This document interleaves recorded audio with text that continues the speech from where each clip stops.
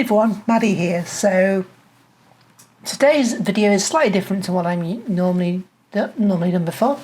Today we're actually going to be reviewing a new product that's recently come onto the market, designed specifically to be used with the William Optics Red Cat, and that is the Black Cat mount by ProAstroGear. It's only been out a few months, I think. I actually only came across it about maybe 10 days ago, and I ordered it and I've had it a few days now. Here we go. So this is the box it comes in. It's the plain white box really. Everything comes in its own separate bubble wrap, so that's nice and secure. The parts themselves are made of ABS plastic, so they're lighter but pretty strong, so I don't really see any issues with build quality. Obviously they are 3D printed parts, but I don't really see that being an issue. Everything looks to be of decent standard, so I really don't have any issues with the quality of the parts at all. So moving on to building it.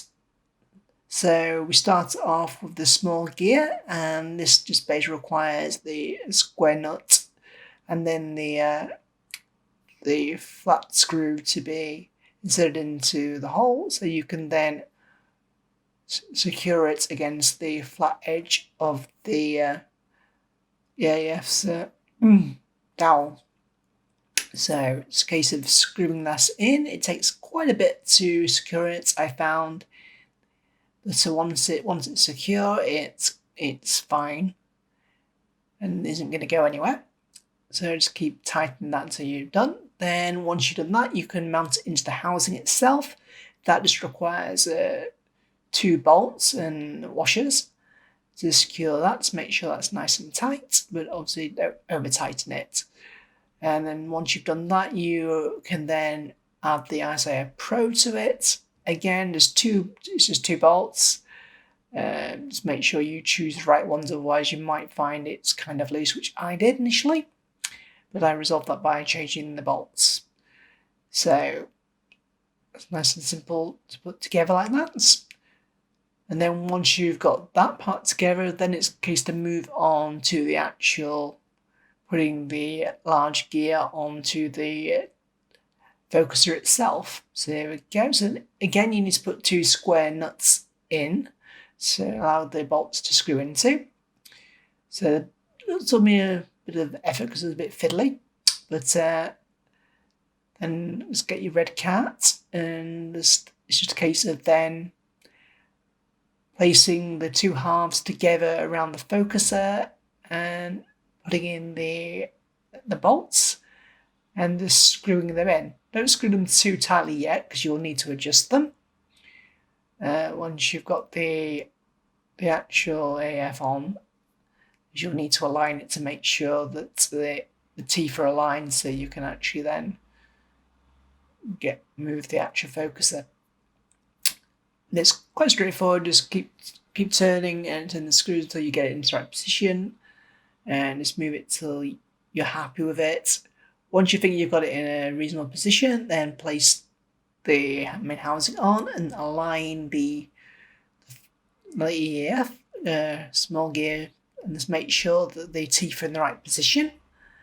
And just help if you actually hold it in place when you do it. So to get into my review on it, really, I would say I've not really had a great opportunity to test it so far. But to be honest, for what it is, there's not very much testing I can really do. So all I can really talk about really is how easy is it to assemble, which, as I've said, it's once you get your head around it, you work it out yourself. It's not that difficult. You may find you have to do it a few times because you might not quite get the large gear in the right position, because it's a very, very tight sort of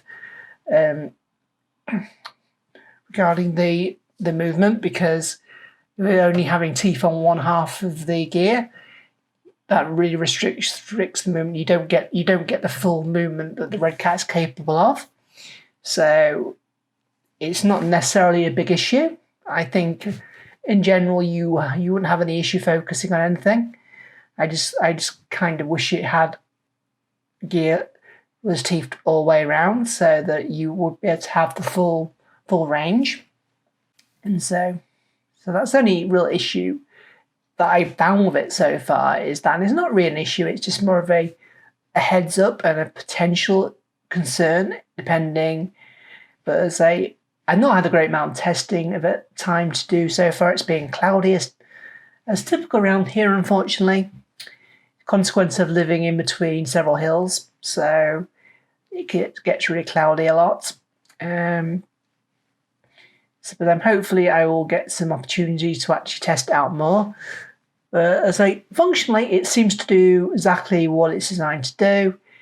Overall, I think this is a good mount. I think it's unique, really, on the market currently, as it's the only one that really allows you to mount everything onto the Red Cat. So the only thing I'm finding now is that with having everything installed on it, it limits its portability a little bit, because I struggle to fit it back in its case now. So I am thinking of getting a couple of finder shoes, just so I can easily move to like the that's it, Air Pro, and possibly getting one to replace the Red Cat handlebar. So we'll see. But overall impressions are positive. I think if you're looking for a product that basically allows you to have everything connected directly to the housing, so in a compact design, I think it's certainly something to consider. So overall, I think it's a decent enough product. It does exactly what it meant to do. And would I recommend it? I would say yeah. I think it's certainly a product that, if you're looking for something where you have everything mounted in one place, you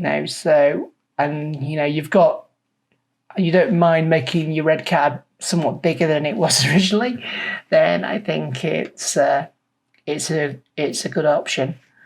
I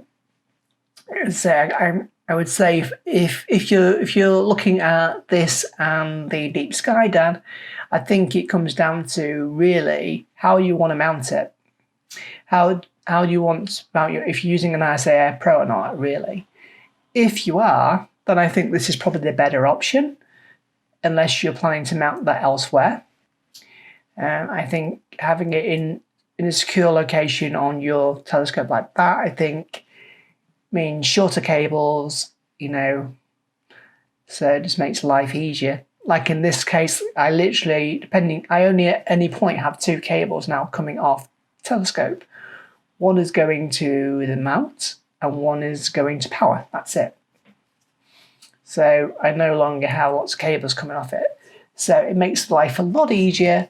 And so to me, it's definitely a thumbs up for this product. I think it's definitely worth the money. As I've said before, the only real issues I've had is probably just down to the large gear and be teethed on one half. I would think a good improvement on that would be to have it teethed at least another halfway around the other half of the gear, so being teethed at least 3/4, just so you have the full movements. But those are the only kind of things I would say, other than perhaps improving the instructions a bit, because it's a little bit lacking right at the beginning. So that's my review, really. There's not much more I can say on the product, really. It does what it says on the tin. So I'm happy with it. Do I think I've made the right decision in getting this as opposed to the Deep Sky Dad? I think yes. Obviously I don't have the Deep Sky Dad. I did order it, but I cancelled it when I found about this. So I would say it's definitely a decent product. I can't talk for longevity of it. I don't know until I've run it for a while. Like manufacturers say that they've tested it for over a winter periods and without any problems, and so I have no concerns regarding that. So, but we'll see how it goes, and if I have any issues in the future, I will update you. All right. So that's it for this video, and I'll see you in the next one. Until then, please, guys.